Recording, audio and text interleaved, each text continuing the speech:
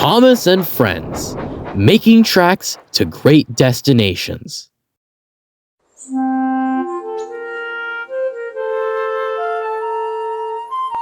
Dear Christopher, here is your friend, Thomas the Tank Engine. He wanted to come out of his station yard and see the world. These stories tell you how he did it. I hope you will like them, because you helped me to make them. Your loving, Daddy.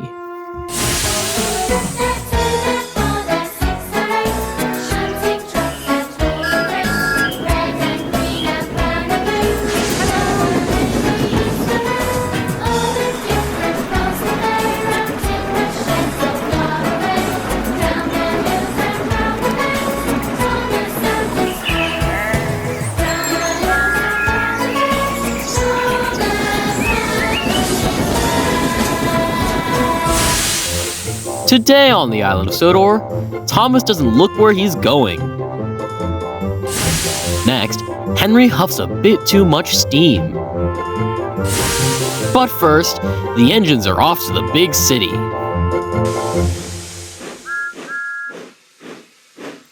One evening, Thomas brought his last train to the junction. Percy was glad to see him. Are you on your way to the big station, Thomas?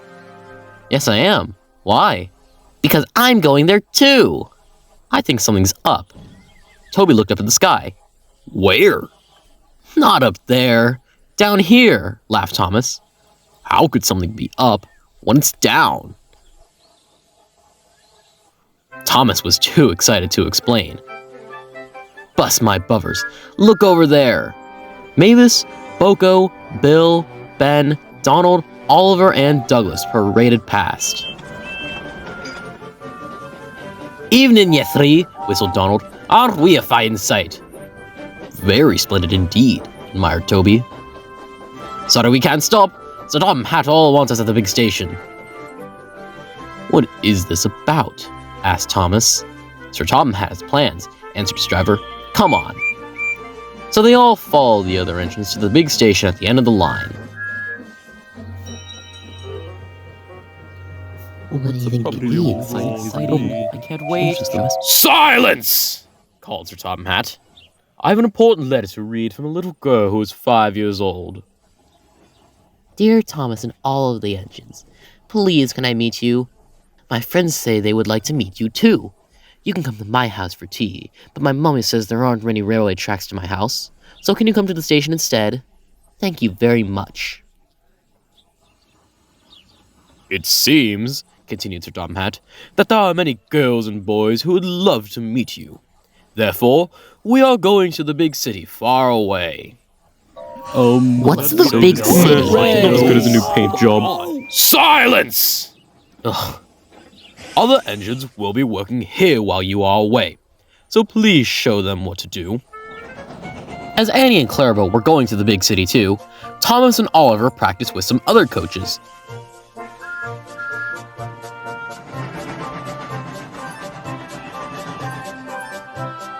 Thomas grew more and more excited. Too excited for his own good. I'm glad I'm a splendid engine, he puffed. Sir Topham Hatt thinks I'm really useful. I had a race once with Bertie. I whooshed the tunnel and stopped an inch from the buffers. Then Thomas made his mistake. Just like this, he boasted. Whee! Oh no!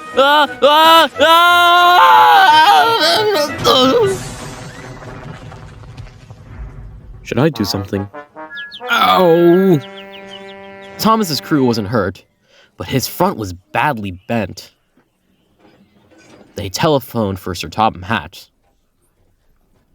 I'll send up the workmen, he said, but if they can't mend Thomas in time, we'll have to go to the big city without him. Poor Thomas. At 8 o'clock the next morning, the engines waited at the junction. Tui and Percy were each on a flatbed, which Duck had pushed into place behind Edward. Gordon, James, and Henry were all waiting to go. They whistled impatiently. Sir Topham Hatt looked at his watch. I'll wait 1 more minute for Thomas, then we have to go. Yes, oh my god. Oh, thank goodness you're still here, panted Thomas. I hope we're not late, as it's just after 8. The conductor blew his whistle and waved his flag.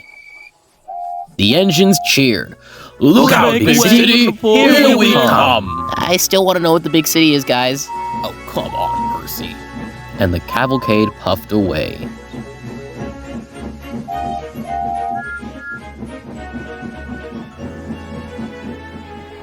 Later at the big city, all the engines were lined up in a splendid shed.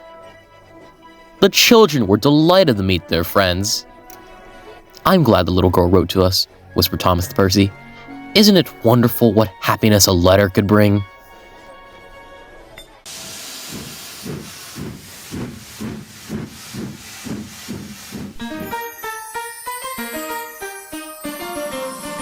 Oh yes, it's great to be an engine and go steaming along. Puff, puff, puffing along. Peep, peep, peeping along. All the people waving as you speed along. Puff, puff, puffing along all day. We're all so proud to be famous engines and travel through the countryside.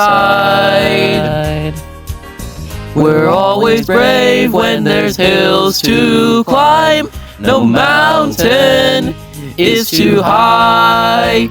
Oh yes, it's great to be an engine and go steaming along. Puff, puff, puffing along. Peep, peep, peeping along. Fly along the rails as your wheels go round. Whiz, whiz, whizzing around all day. It doesn't matter come rain or shine. There's always things for us to do.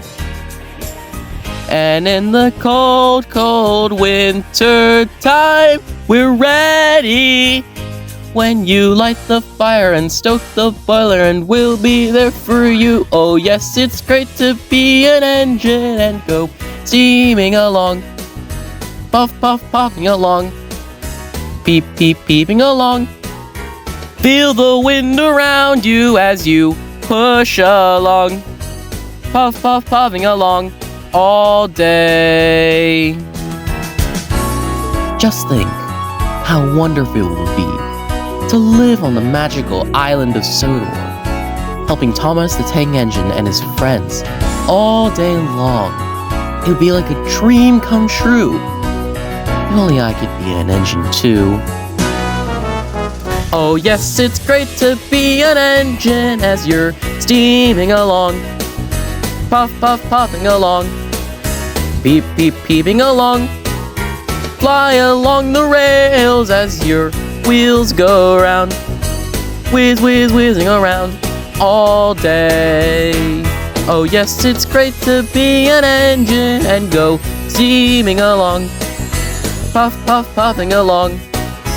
Peep, peep, peeping along. All the people waving as you speed along. Puff, puff, puffing along. Peep, peep, peeping and a puff, puff, puffing and a steam around all day.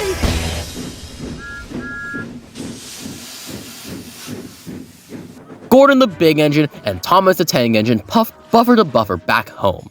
It had been a busy day.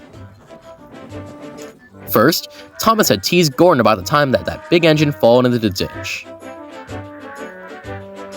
Then, Thomas fell down a mine and Gordon came to rescue him. Remember, Thomas, called Gordon grandly, united we stand, together we fall. You help me and I help you. I'll remember, replied Thomas, but I hope Sir Topham Hatt forgives us soon. Suddenly, they noticed something. As the two engines whistled into the sheds, everywhere they looked, they saw paint pots and painters. Bust my buffers, said Thomas. What's happening? Shh, whispered Percy. Sir Topham Hatt's gonna tell us now. Ladies, gentlemen, and engines, I am honored to inform you that Her Majesty the Queen herself is coming here to visit us. Now, on with the preparations. The engines wondered who would pull the royal train. I'm too old to pull trains, said Edward sadly. I'm in disgrace, sighed Gordon gloomily. He'll choose me, of course, boasted James. You? Snorted Henry. You can't even climb hills. All right, Henry, I'll tell you it wasn't my fault. You'll ask me to pull the royal train, and I'll have a new coat of paint. Then the rain came. Henry hummed happily as they were continuing preparations. Henry's driver and fireman covered up the cab to keep them dry. A painter was on a ladder above them. Henry's smoke blew high into the air. The painter couldn't see. Both he and the paint pot fell all over Henry. Come on! Man, what the hell? Poor Henry. Well, you ain't a pretty picture now, ain't ya? Sneered the painter. Oh. You look like an iced cake, Henry. That will never do for the royal train. I must make other arrangements. Now I'm hungry. Oh, come on! Gordon and Thomas were waiting for him. Please, sir. One at a time, replied Sir Topham Hatt. Yes, Gordon? May Thomas have his branch line again? I think you both are sorry and deserve a treat. Edward will go in front to clear the line, Thomas will look after the coaches, and Gordon will pull the train. Now this is grand. The great day came. All the engines worked hard, bringing people into town. Thomas sorted out the coaches in the yard.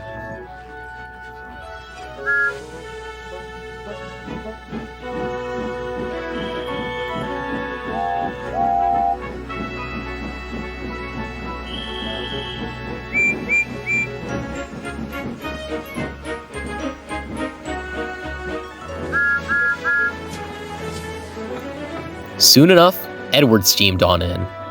Peep, peep, the Queen is here! Then, Gordon whistled as he approached the station. Everyone knew that sound. The Queen's train glided into the station. Gordon was spotless, and his brass shone brightly.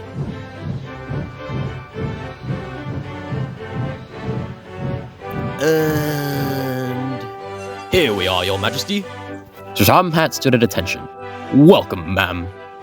The Queen thanked him for a splendid run and asked to see all the engines.